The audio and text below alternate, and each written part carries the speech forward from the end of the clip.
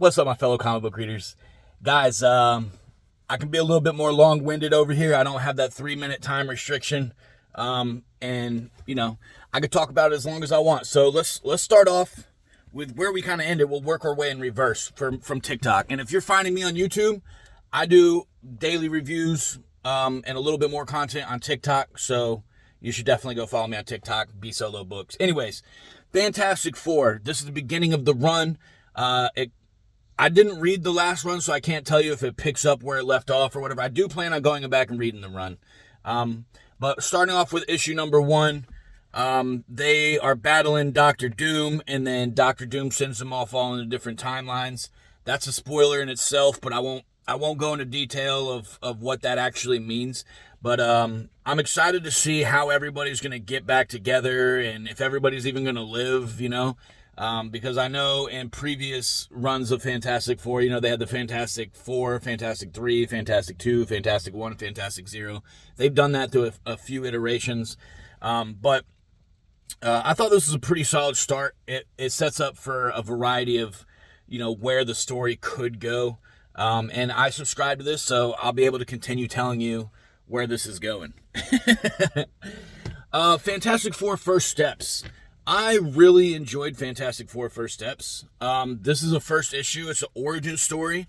It doesn't just do it like every other Fantastic Four beginning, right? Like, I feel like every time a new series starts, they start back over and you feel like you're reading the same story. You kind of are. This goes back to when Fantastic Four first got their powers. Like, it even shows them before they got their powers.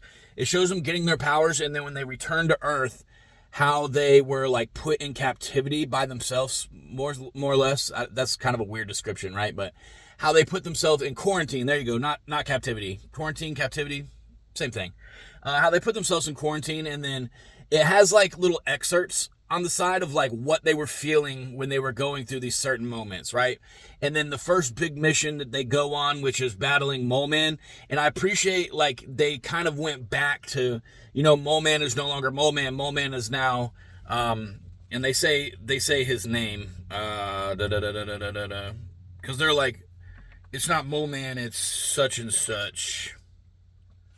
But this is what I'm talking about, like little excerpts, like, and it gives you their picture, and I like it because the pictures are what they look like in the movie.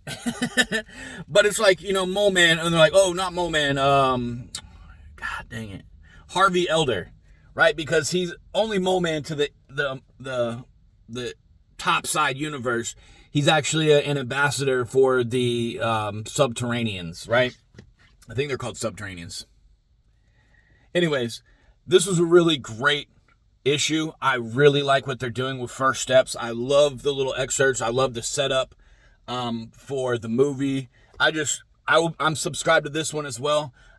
If you are a Fantastic Four fan, or if you're just curious about Fantastic Four, I would highly recommend getting this.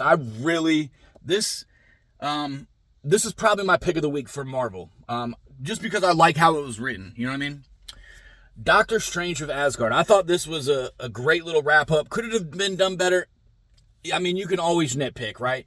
But they found out who the killer was. They found out why the killer was. They, a bunch of different stuff. And then they kind of set you up for Doctor Strange Legacy 450. And what else? And a Mortal Thor 25 / Mortal Thor 1, right?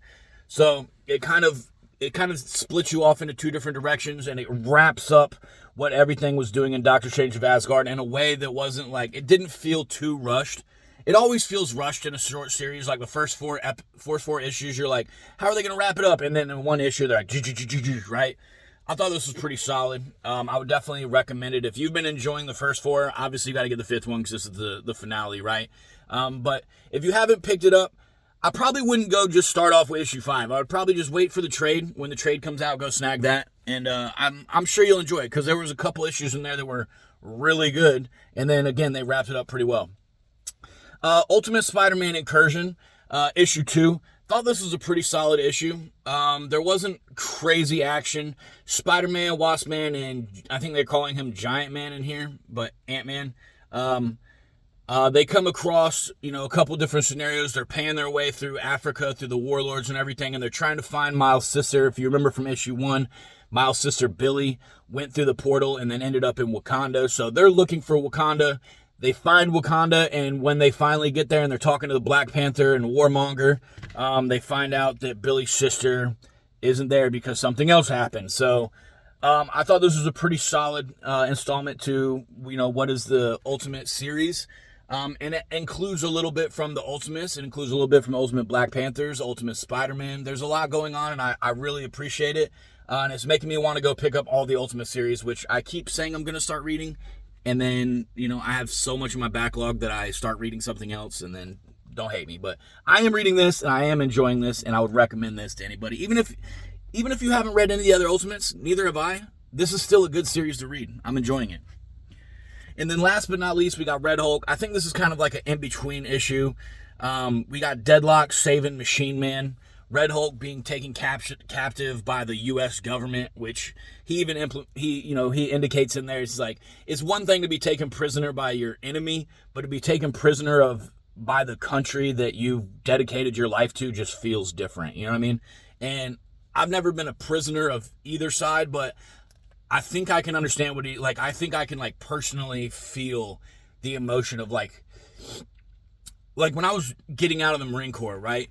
I was broken. I was physically and mentally broken, and I was asking for help, and everybody in my chain of command, not everybody, but it was enough to feel like everybody. You just I've dedicated 13 years of my life to serving this branch, to serving this country, and you guys are just like, nah, you're damaged equipment. We don't need you anymore.